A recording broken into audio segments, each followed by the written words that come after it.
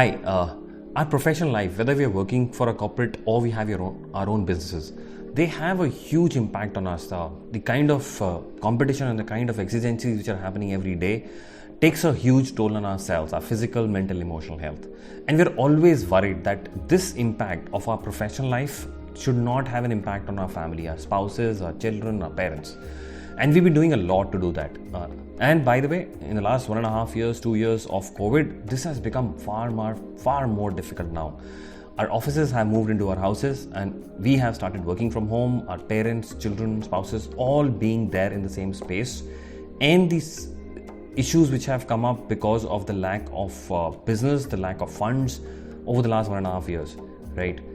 And whenever we talk to somebody about what to do with it, how can we keep both those isolated, we always have been advised that we should keep whatever it takes, complete our work at workplace and do not bring work home.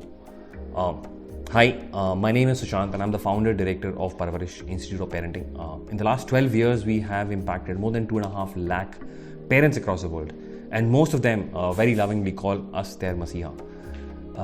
So today I'm here to address exactly this for you guys.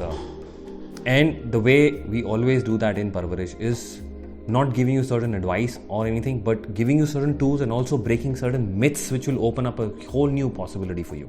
So let me start by breaking the first myth, which we always say that we should never mix it up. Keep your professional and personal life separate. Now, are you the same person who are working and at home too? How can you separate yourself into two? You can't. Your brain cannot be divided, your body cannot be divided. Think of a question that if you are a male, at what times can you not be a male? Or if you are a female, at what times you're not a female? If you're a son or a daughter, then at what times are you not a son or a daughter? You are that person all the time, whether you're at work or you're at home. If you're unwell, if you have some fever or some issues with your body, doesn't it impact your family life and your professional life? Both. Similarly, your mental and emotional health will impact both sides. Whether you like it or not, you cannot be two different persons. You are the same person playing two different roles at two different times. So what do we need to do? That energy which you use currently to differentiate this so that you close one door and open another door at different times, an amount of energy that takes, just think about it. If somehow that energy can be released and you don't have to be compartmentalized, won't that be easier for you to manage both? The second myth which I want to break for you is that we always feel that we should not be talking about the difficulties we are facing, the emergencies we are facing, the difficult situations we have at work, our stresses at work, our issues at work with our family. Logically, it makes sense. But again, that's a myth. Think about it. You come home and you're not, there was a bad day or there is a lot of stress at work. Will that show up with your family? Definitely. Your child wants to play with you, but you're dead tired. Even if not physically, mentally drained out to be available for them. So the best way would be to ensure that they know what's happening with you at work. Yes.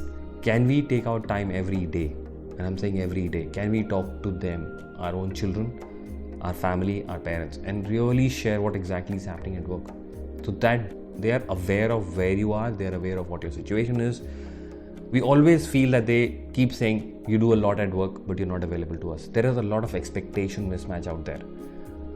Think about it. If they know what exactly are we going through, would those expectations be automatically tempered? Try it out. I've done it all my life. It's really worked. Third one, don't talk about your difficulties, your stress to your children.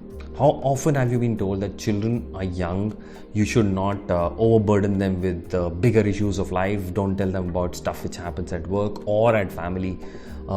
Avoid these stuff for them so that they have a nice, happy childhood. Friends, maybe I'm defying logic. Again, this is the third myth. We need to get our children involved in real life as soon as possible. Can they handle it? The answer is yes. Are you there with them to make sure that they handle it? The answer is yes. Can we create a space at home where you are able to share your stresses, your difficulties, what you're facing, maybe at work, with your bosses, with your business, with your children. They could be as old as 3-year-old. You may think they may not understand, but believe me, they get all the vibes.